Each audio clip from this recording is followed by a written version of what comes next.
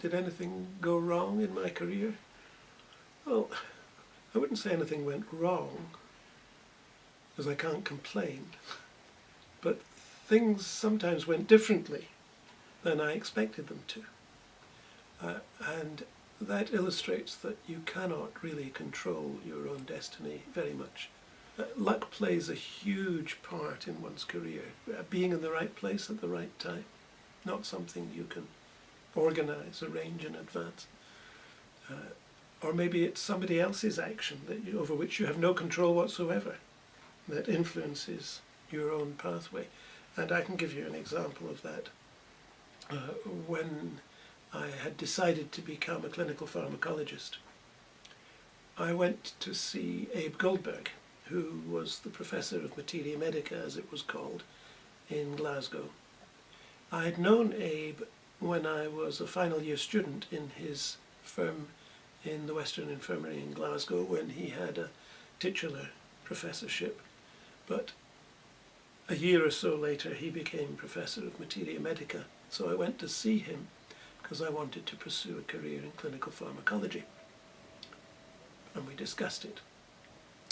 At the same time, I went to see the Dean of the Medical School at the Middlesex Hospital in London. Now, I knew him because I had been awarded a Nuffield Foundation bursary to study in my final year for one term at the Middlesex, and had thoroughly enjoyed doing my surgical attachment at that time in 1969, in the last third of 1969. So I went to see him to discuss the possibility that I might become a clinical pharmacologist. He suggested that I might be interested in doing a PhD with Professor of Pharmacology in Middlesex Hospital, a man called Franz Hobiger, who was interested in the pharmacology of the parasympathetic nervous system, cholinergic transmission.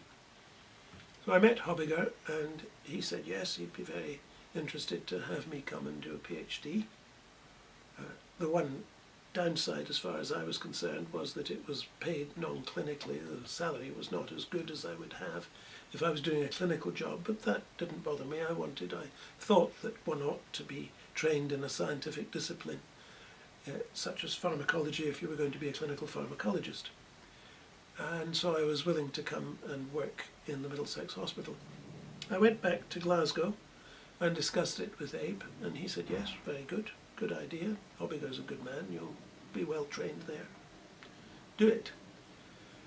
So I was ready to write my letter when the post office workers went on strike under the leadership of Tom Jackson, who was head of the union at that time. Now, there were no faxes, there was no email, there was the telephone, but I had to write a letter. And so I decided just to wait until the postal strike was lifted. Meanwhile, while I was waiting, Abe Goldberg phoned me and said, I've been thinking about your discussion with me about going to London, and he said, I think it's not such a good idea after all. I said, oh yeah. He said, yes, he said, I think you would be well advised to complete your postgraduate medical training first, and then you can go on and do your scientific training. Well, I was very disappointed by this advice, because I was really keyed up at that stage to go to London, which I found very exciting. But I reflected and realised that this was really very good advice, that if I took time out to do my scientific training, it would be very difficult for me to come back into medicine. Whereas I could always postpone the scientific training until I had my clinical qualifications sorted out. So much though I was keen to go and work in London, I decided to accept Abe's advice, and I am sure, without doubt, that that was about the best advice I have ever received in the furtherance of my career. And I did what he suggested. I stayed in Glasgow to undertake my postgraduate training, and then went on and specialised in clinical pharmacology.